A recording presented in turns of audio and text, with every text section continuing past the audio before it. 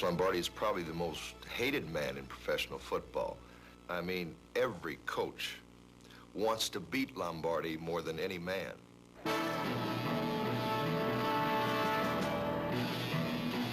He never cut corners. He played to win. He was a winner. He knew it was a profession, and he got the job done.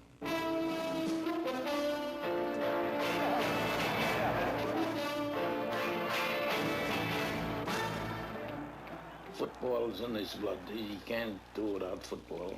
He lives it, he dreams it, he eats it, and everything. Football is his life. That's his life.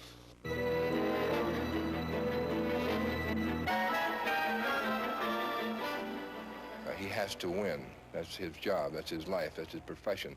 To win, you have to drive.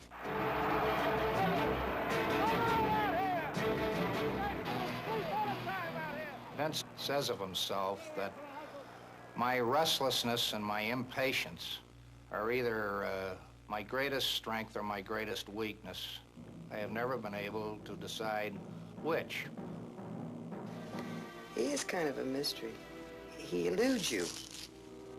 I couldn't sum him up. To me, he's the most wonderful man in the world.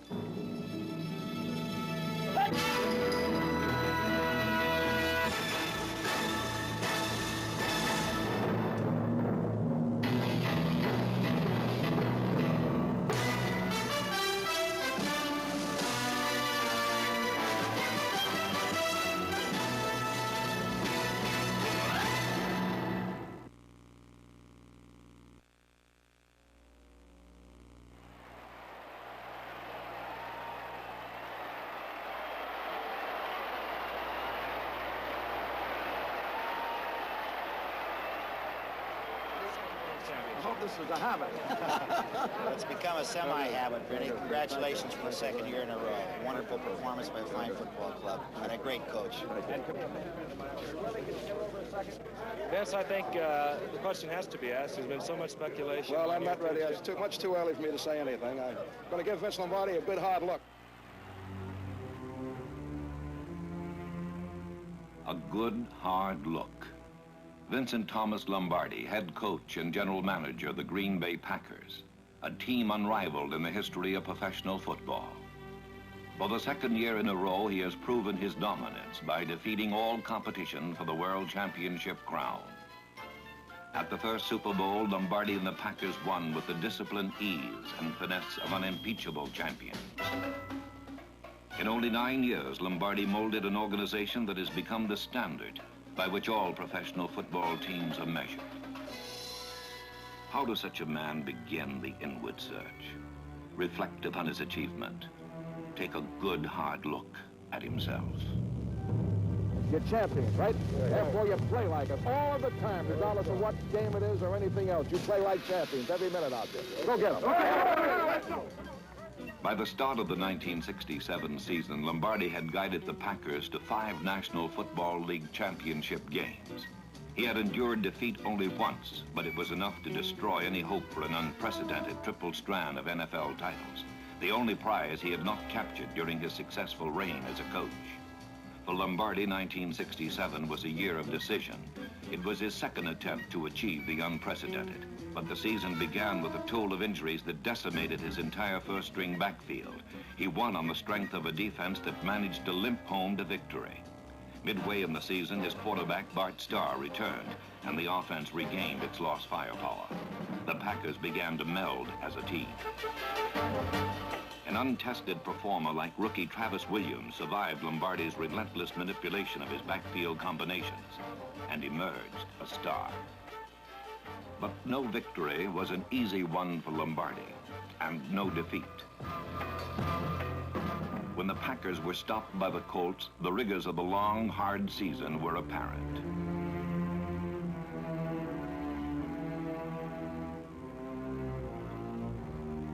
By the 11th game of the season, earlier than anyone expected, they clinched first place in the Central Division by beating the Chicago Bears.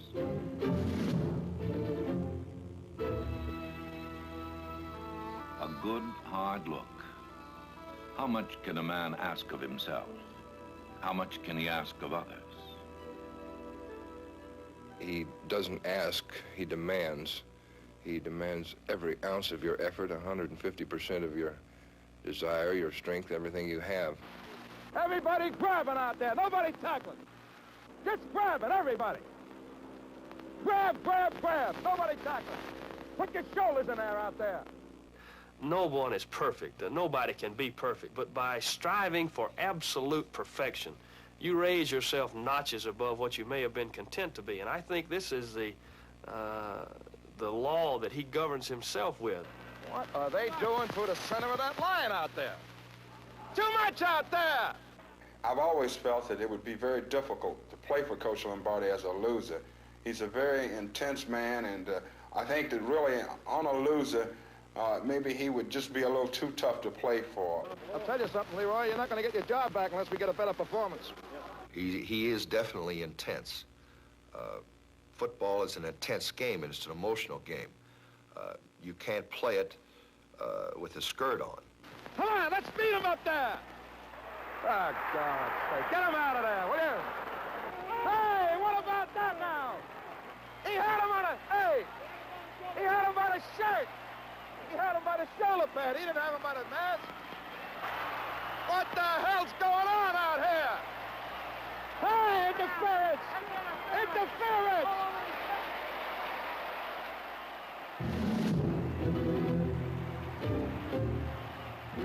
What the hell kind of football is that we're playing out here today? What the hell's going on out here? Vincent Thomas Lombardi, 1967. Vincent Thomas Lombardi, 1913. He was born on June 11th in Brooklyn, New York. His godfather was Sonny Jim Fitzsimmons, a legendary racetrack figure who trained 3 Derby winners.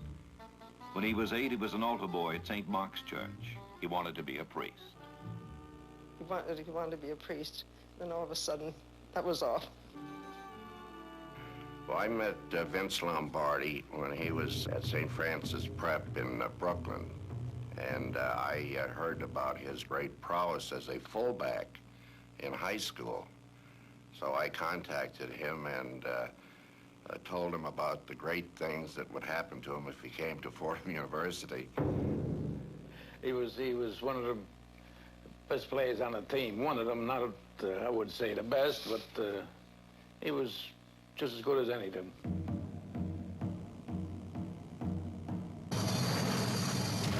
His greatest asset was his blocking. And of course, he was very good on defense. And Vince, on several occasions, intercepted passes. He didn't run very far with the ball when he got it, but he was good enough to intercept the pass. The 7 Blocks of Granite, a title earned by a Fordham line for its great defensive play. A former All-Metropolitan fullback, Vince Lombardi, was converted to right guard. Those days, Fordham had a play in which Lombardi, as the right guard, had to block the Pittsburgh left tackle, Tony Matese, who was 215, 220, an All-American player. Lombardi weighed about 172. And in trying to block Matese, or in blocking him, Vince received severe cuts inside his mouth to the extent that he played almost 60 minutes with a mouth full of blood. I think the point in that is, and I say the player was father of the coach, that there's nothing that Lombardi has demanded of the Packers that he didn't demand of himself in full measure in his own playing days.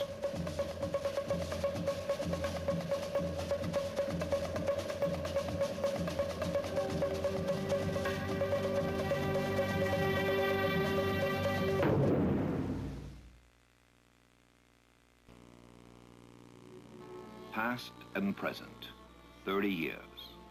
In 1937, he graduates cum laude from Fordham. He goes to law school, marries, and is forced to find work. He coaches at St. Cecilia's High School in New Jersey and teaches Latin, physics, and chemistry. In 1947, he returns to Fordham as an assistant coach. In 1949, he goes to West Point as an assistant to Red Blake. He showed exactly what I thought he was. Highly volatile, enthusiastic, given to degrees of emotion which were quite unlike most coaches. In other words, he was someone like the volatile Italian that who is up and down. But through it all, why, he had great ability. I was a neophyte as far as football is concerned until I went to West Point.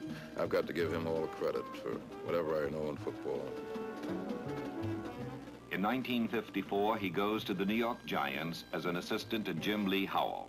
Some people were just a little concerned at first how he would take to pro football. But he was so smart, and he adapted himself right away. He saw what he needed to do, and had no one told him, he would have still found out, because he is a very knowledgeable person about the game. Of course, he wouldn't have had to know too much to help our team out. I think we'd won one game in 1953. For 5 years, Lombardi searches impatiently for a head coaching position. He's rejected for one reason or another. In February of 1959, he arrives in Green Bay, head coach and general manager of a team that hasn't seen a winning season for 11 disastrous years. A team with no direction, no future, and no morale. We knew from the outset that he was in command, a take-charge guy, and a guy that you couldn't fool around with. I didn't come in and have a meeting with the players and say myself, I wonder what their morale is going to be. I wonder how they're going to accept me. That wasn't what I said to myself. They're going to have to accept me. I'm not worried about their morale. I'm worried about Vince Lombardi's morale here. He did make the point that he had never been associated with a losing team, and he wasn't about to lose at Green Bay. And he said, gentlemen, we're going to win one way or the other. If you look at this play, what we're trying to get is a seal here and a seal here, and try to run this play in the alley.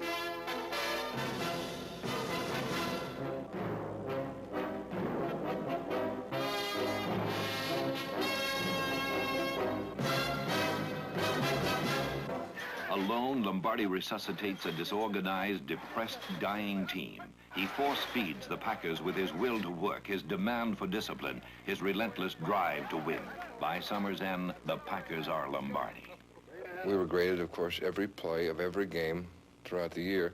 And on Thursdays, the grades would be posted on the blackboard for every eye to see. And perhaps this was the start of something, instilling some pride in the individuals.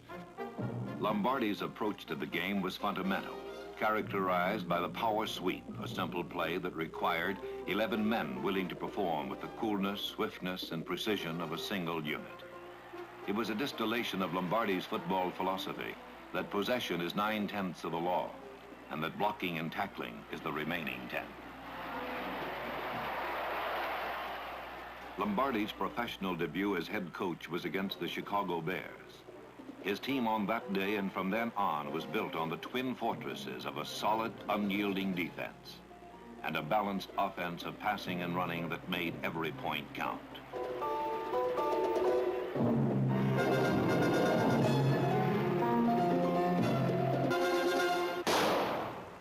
We were so elated and so excited to having won this first game for our new coach that we just sort of swooped him up on our shoulder.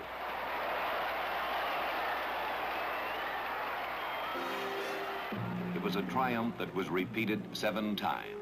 With only 5 losses, Green Bay had its best season in 14 years.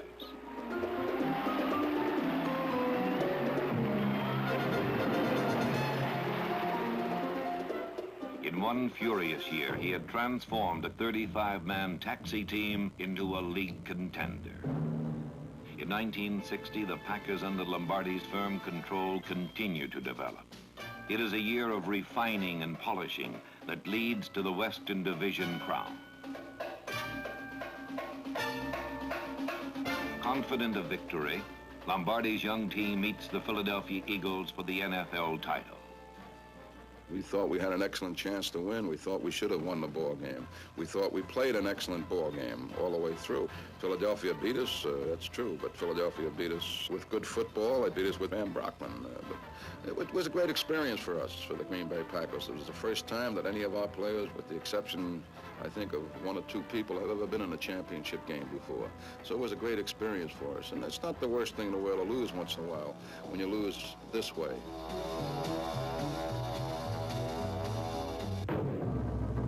In 1961, the Packers sweep through the season with a phenomenal 11 wins and only 3 losses.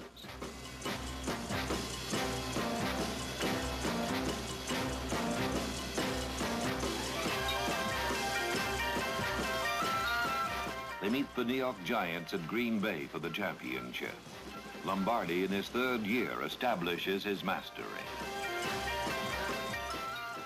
Everything we did just happened to break right for us. That's the reason you win 37-0, not because you are 37 points better than the other team. Everything just goes right for you, and everything goes wrong for the other team. And those days happen. They happen sometimes in championship games.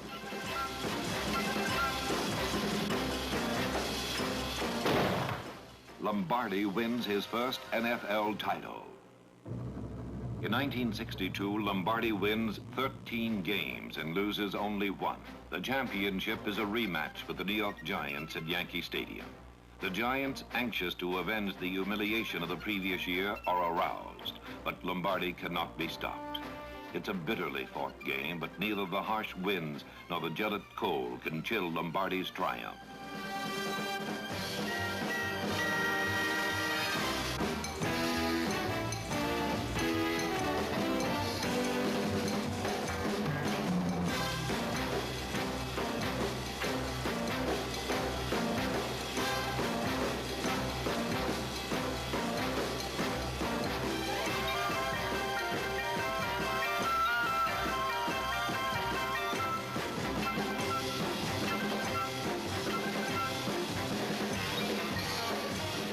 Lombardi wins his second consecutive NFL championship. In 1963, Lombardi has built the strongest team in Packer history. He has a third NFL title within reach, but he loses two crucial games to the Chicago Bears and finishes second in the Western Conference. The same year, his star halfback, Paul Hornung, is suspended for gambling. One of the most difficult things in my life that I had to do was picking up the telephone, calling Coach Lombardi, and trying to explain what had happened. He really adored this boy. He said he was as close to him as any ball player he ever coached. He was nearest the heart. He was kind of hard to talk to long distance. I wish I would have been in his office looking back on it now. But he told me, I guess as any father would tell his son, he said, well, you just keep your nose clean. I don't care what you do all year, but you just better be a good, just stay away from everybody. I mean, it would be good if you went to someplace off by yourself for a complete year, and maybe you'll be reinstated. It was the most satisfying, I think, moment of my life when I stood to kick off against the Chicago Bears in 1964. I know, I can't tell you how happy I was to be given the opportunity to play football again. And we went on to win, and I had a real fine day. I think Coach was more happy for me that particular day than that he was himself. I know that he gave me a big hug after the ball game, and he said, welcome back. Despite Hornung's return, Lombardi cannot reverse the downward spiral of his team. It's his worst season since 1959. The Packers finish second to the Baltimore Colts, who go on to meet the Cleveland Browns for the NFL title. For 2 years, Lombardi endures frustration and defeat. 1965 will be a time for rebuilding, a test of his ability as a coach and a test of his strength as a man.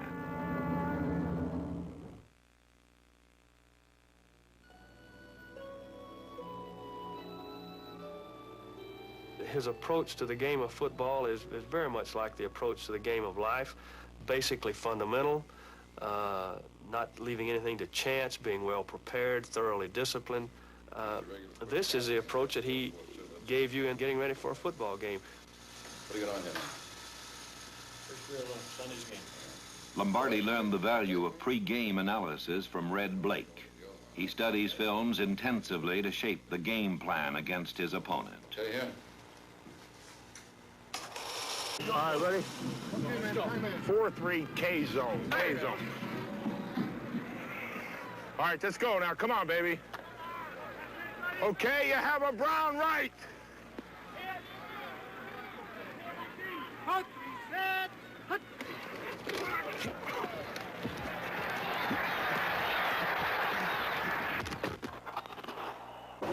Holds up, doesn't it? Huh? Third down. He went weak with the fullback fanning, second and long. Went away from the fullback. with the fullback on a flood and with the fullback on a flood. So it does hold up somewhat. Move to it under weak gut.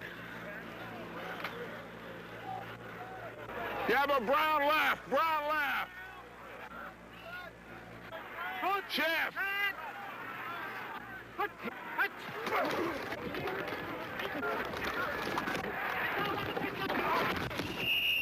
Coach Lombardi has always felt that physical condition can mean maybe 2 or 3 victories a year, especially in professional football. And if that is the case, he believes that the Green Bay is going to be the best physical condition football team in America.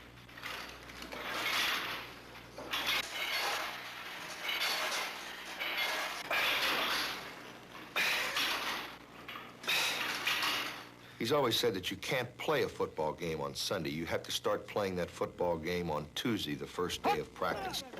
Come on, look at me, look at me, look at me, look at me, look at me, look at me, look at me, look at me. His All biggest right. coaching is that he continually puts you and works you on these basic techniques that you need to block. And he keeps you on it day in and day out and makes you a better football player. Excellent, excellent. The veterans are not treated any different than the young rookies coming in. We all have to do every drill and do everything 100%. As a man, Lombardi is a very unusual combination of the great qualities of leadership, the ability to inspire, the ability to transmit dedication, and especially the ability to teach. I don't think there's any difference whether you teach on the football field or whether you teach in the classroom. They're both exactly the same. A good teacher puts across what he must put across to his pupils. So you show them how and why. You have to get them to be a part of it. They have to understand. If they understand, they'll do it, and do it the right way. Defensive left end, Boston Baker. They're all 4 strong people. McGee, all 4, real strong. On the takeoffs, third and short situation. Safety's up. There's a backside, and brother, is that open? You never in your life seen anything more open than that. Ordinarily, we'd use a lot. After a general meeting with the team, Lombardi works privately with his quarterbacks. The strategy is reviewed again and simplified. Which may make your 38 pretty good. 38 toss to that side. But not your pitch out.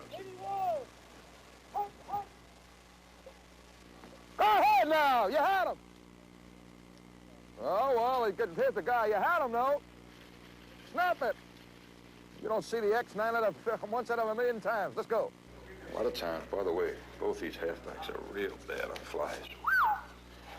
Geez, if we don't throw, we got to throw at least 10 or 12, 15 flies in this ball. They can't cover. What are you doing out there? Mercine? Come on, Mercine. Let's go here. You got to circle around right down the field. No. So we're going to use the 4 pass for this there.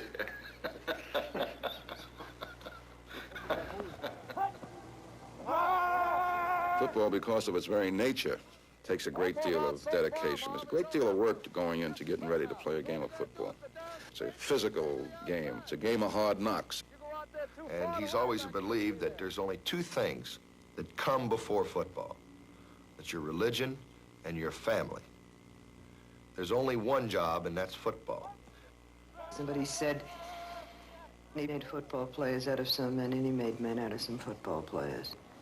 I think he's much more proud of the fact that he made some men out of football players. Just being associated with him, just being around him, made you a bigger, a stronger, a better person, and that you could not help but grow in stature from this experience. He's a coach that I'm sure that have prepared a lot of us to go out and live in a competitive society. He taught us a lot of values about life.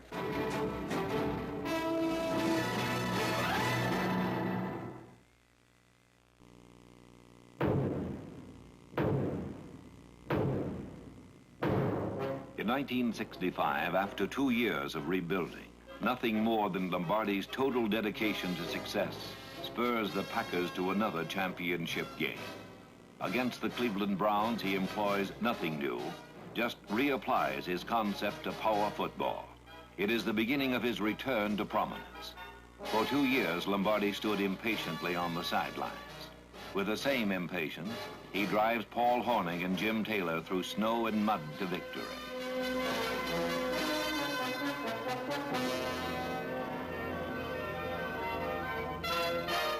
Vincent Thomas Lombardi is again a champion. In 1966, Lombardi's drive is unequaled. He faces the Dallas Cowboys for the NFL title, a title that represents not only mastery in his profession, but also the second precious link in a chain of 3. If he wins, 1967 will be the ultimate test, a year that determines whether he can forge the final link, a prize no team in the history of modern professional football has ever achieved.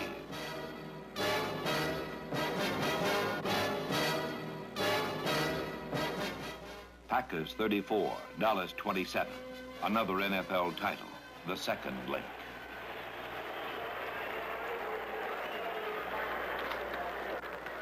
I think after all these years, Mike, that I could come out here and be nice and relaxed. Jeez, I'm a nervous wreck. Here we go, let's go. Here we go, here. Get in here. I want you to be proud of your profession. It's a great profession. You be proud of this game, and you can do a great deal for football today. Great deal for all the players in the league and everything else. Go out there and play this ball game like I know you can play it. Let's go. Let's go. Get out there. Get out there.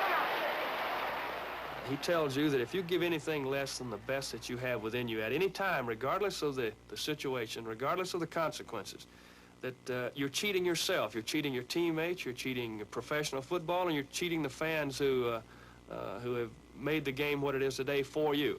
But most of all, you're cheating your maker who gave you that God-given talent with which to succeed. And this great pride that we do have in being part of a winning team. And I think it all stems down from Lombardi. He hates to lose. Anytime, anywhere. A hot Sunday afternoon in Los Angeles, 1967. A meaningless game for a team that has won its division title. But for Lombardi, there is no substitute for victory, no second place, no game without meaning. To win is to succeed, and the Rams will meet the best that Lombardi can offer. The double team we missed. We missed the double team. Huh?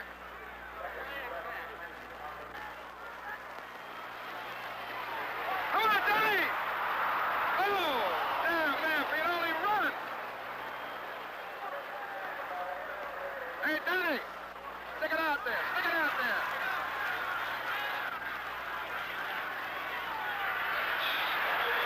Hey! What about that? Hey, Owen! Hey, that swing is just as bad as a hit! Arthur, that swing is as bad as a hit! The first Packer drive is stopped. Don Chandler's field goal attempt is short and wide. The Rams' defense has canceled the Packers' passing game. But late in the first quarter, the Packers begin to move. That's the way, all right.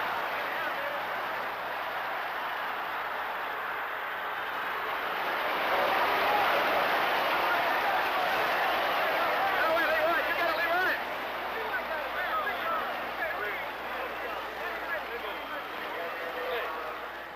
Just before the end of the quarter, Starr completes his first touchdown pass to Carroll Day.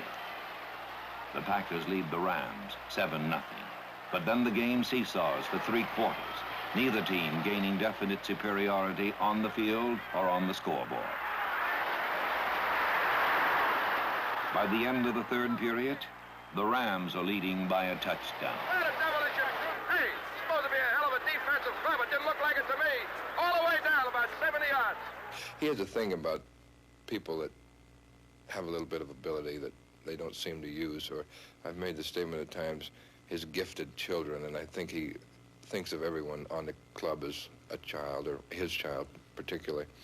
And he drives his gifted people so much harder than he does anyone else. He demands that you use your God-given ability the best you can.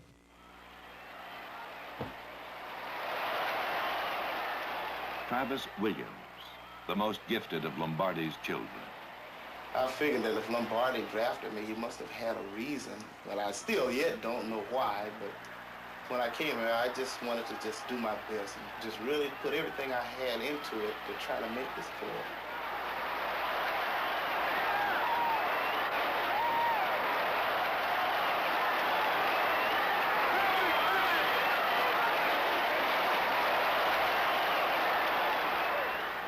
Chandler's conversion ties the score 17-17.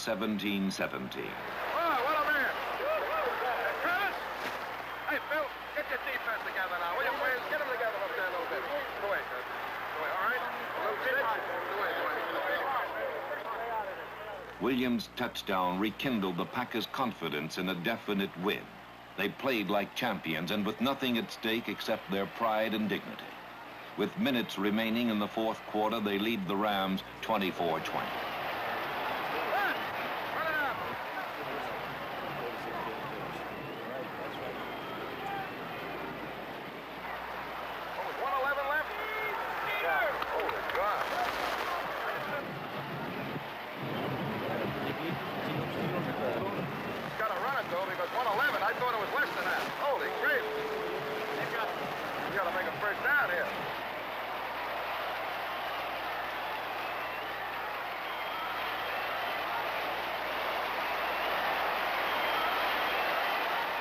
Right up there.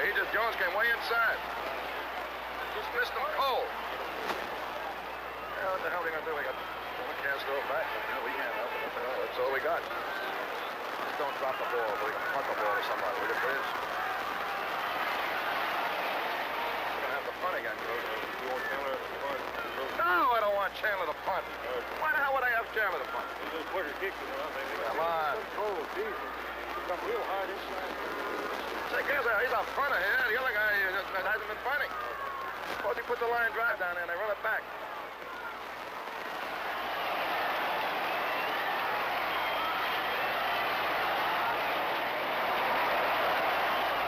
What was the last play, Bud? Well, who the hell is that? Well, we missed everybody on that drive. Let's block up there now!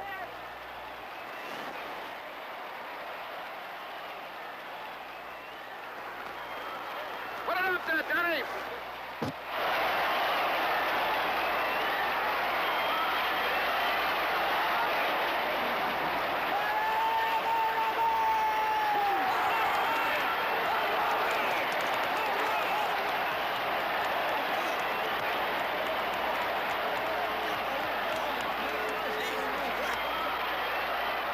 Right up the middle. Nobody blocked at all. Real great.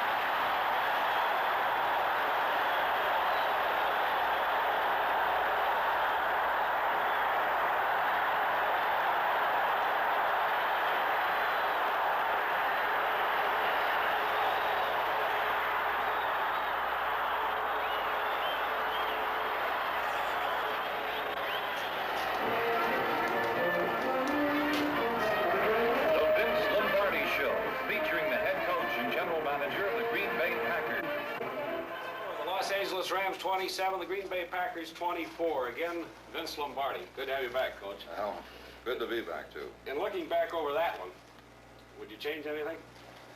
Well, I suppose in any game, or I suppose the only thing I would change would be the score, really. And I suppose you could second-guess yourself 40 or 50 times. But how many punts are blocked? Anderson hasn't had one blocked this year. He's a quick rhythm punter, and actually, that's the answer. You can lose because you were outclassed or outbeaten, or that day you gave your all and it didn't work, or he didn't prepare them or something when he missed, so you got a bad break. But don't lose looking bad. I got to say I'm as proud of this football team as their performance today as anything I can think of. I think it's a credit to the profession and it's a credit to football itself. And a team who's had their own division Title I would go out and play as hard as our team played today. It's been a long season now. And we like to get the season over with and get ready for the December 23rd game against whoever it may be, Baltimore or the Los Angeles Rams.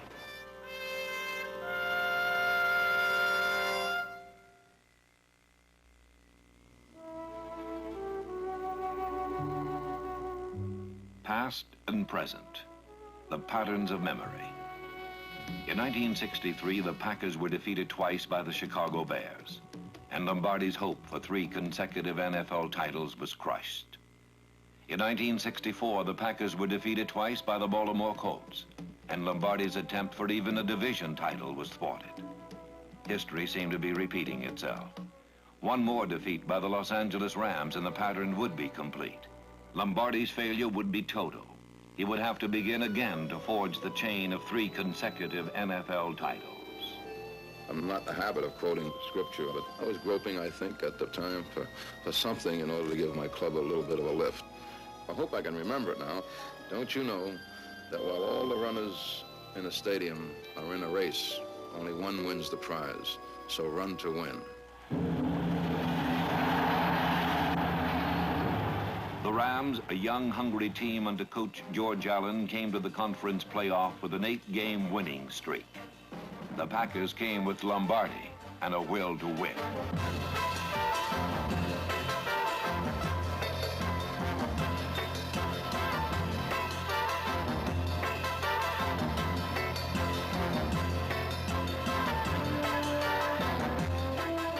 By the end of the first quarter, the Rams have dominated every phase of play and take the lead on a pass from Roman Gabriel to Bernie Casey.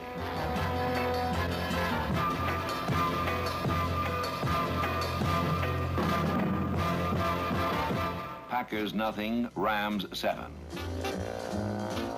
Nothing goes right at the start of the second quarter. Ram safety Chuck Lamson intercepts Bart Starr's expected 3rd down pass.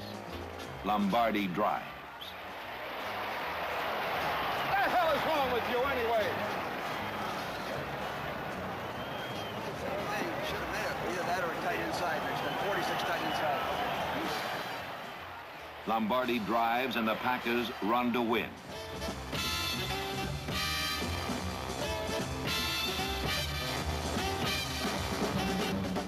Run to win. Travis Williams rips through the Rams' defensive line and races 47 yards to a touchdown. Packers 7, Rams 7. Run to win. A 3rd down pass to Carroll Dale. Packers 14, Rams 7. Run to win. Chuck Mercine up the middle. Packers 21, Rams 7.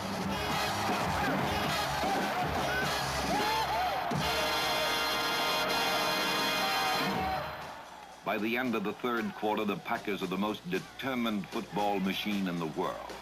The Rams are stifled. Victory is beyond their reach.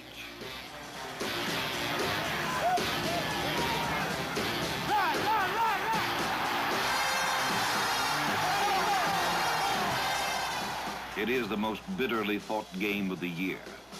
Not only the pride of the Packers, but a chance for a 3rd straight championship is at stake.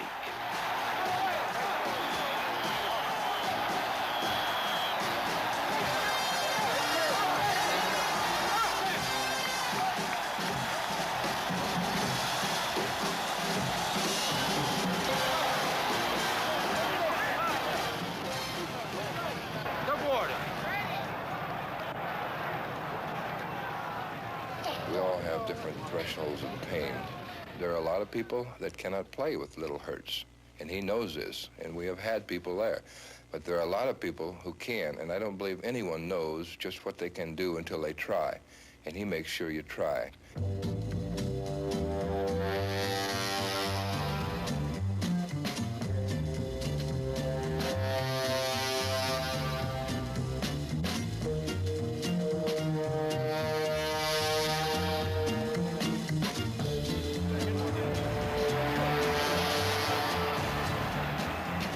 Is he all right?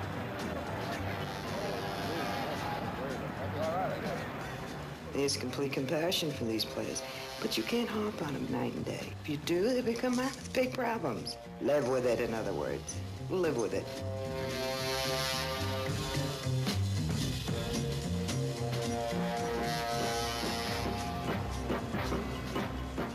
year of injuries, a year of disappointment is forgotten. Run to win. Run to win. Travis Williams for the final touchdown. Run to win. Now only Dallas stands between Lombardi and his 9-year quest.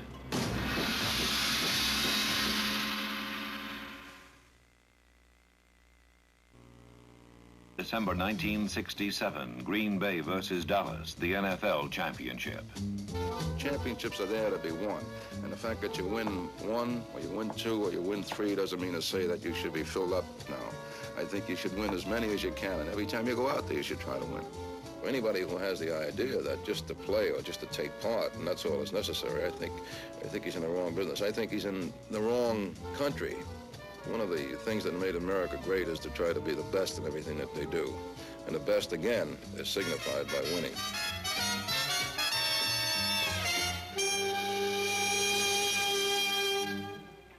On the coldest day in championship records, Lombardi finally has pro football history in his grasp.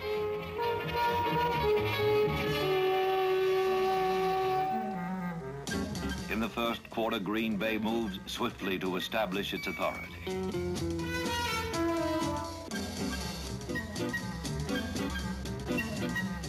Driving downfield methodically, on the ground and through the air, Green Bay takes the lead early with a pass from star to Boyd Dowler.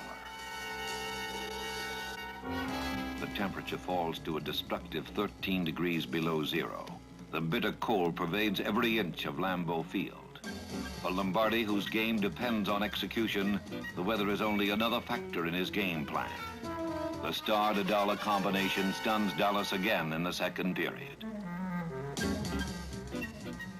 Coach Tom Landry's offense is impotent, but two quick turns of events canceled the expected rout.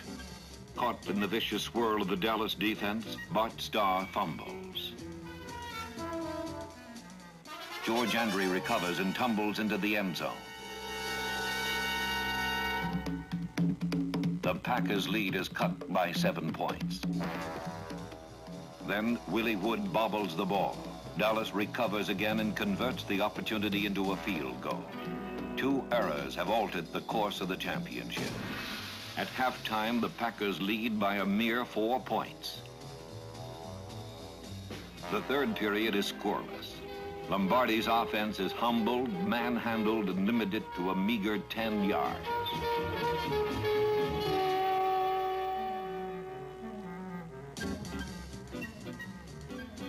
Only Lombardi's defense maintains the balance. The defense has carried Lombardi to the championship game.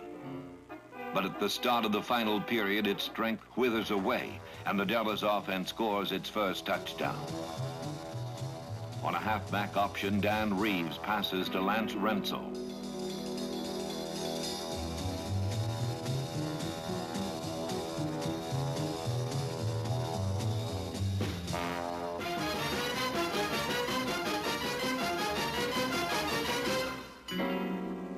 Trailing 17-14, the Packers no longer look like champions. Dallas takes the offensive as the field turns to ice.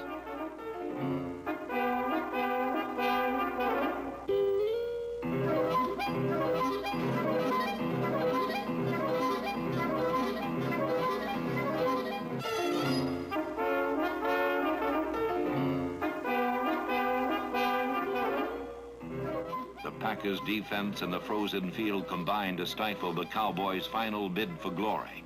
They can only hope for the clock to run out. At 4 minutes, 50 seconds of the final quarter, the Packers have 68 yards to cross, 68 yards of ice, 68 yards of a determined Dallas defense. Packers cross midfield on a pass from Starr to Boyd Dowler.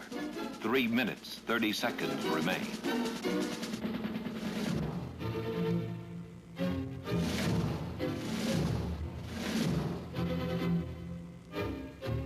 The Packers suffer a serious reversal as Cowboy and Willie Towns smothers Anderson for a 9-yard loss. On 2nd and 19, Starr passes to Donnie Anderson, who maneuvers 13 yards to the Dallas 39. 2 minutes remain. Star secures the vital first down with another pass to Anderson.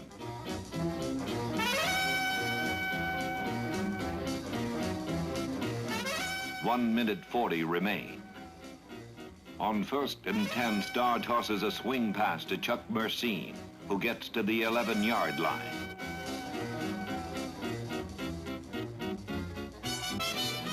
One minute 11 remain. Mercine crashes 8 yards closer. 54 seconds remain.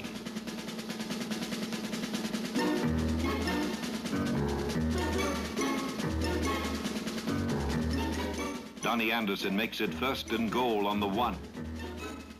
30 seconds remain. Anderson with poor footing tries again. No gain. 20 seconds remain.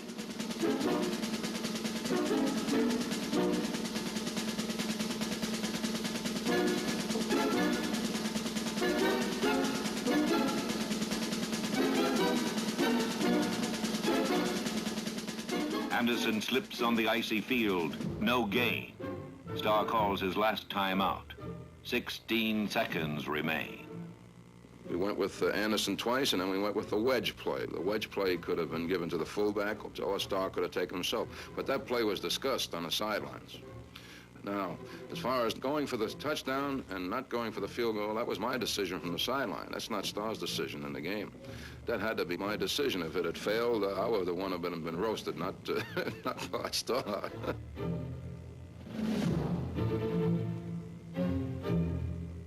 16 seconds. Time enough for one more play. Time enough for daring. Time enough for failure. Time enough for Lombardi to win a 3rd straight NFL championship.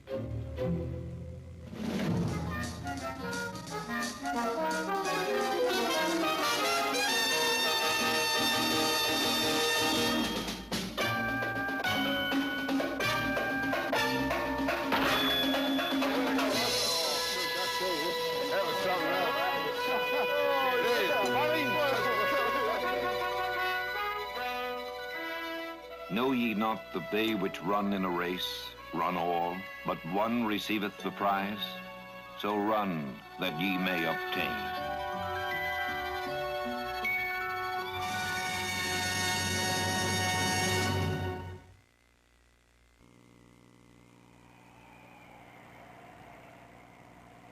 Green Bay Packer football, as all of football, has grown in leaps and in bounds since 1958. The season begins. Take a good, hard look. Vincent Thomas Lombardi, head coach and general manager of the Green Bay Packers. A winner. To every task, he brought the desire, the dedication, the discipline to succeed. He never coached a losing team. Because of the nature of the business, and because of the growth of the business, and the corporate structure of the Packers, I believe it is impractical for me to try to do both jobs, and I feel I must relinquish one of them. Fortunately, I have had a very capable and a very loyal assistant. Gentlemen, let me introduce to you now the new head coach of the Green Bay Packers, Mr. Phil Bengtson.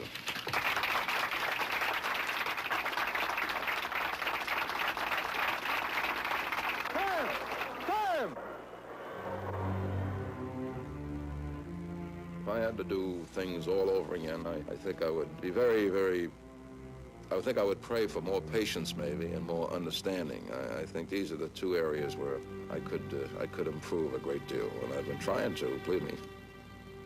Vincent Thomas Lombardi, February 1st, 1968.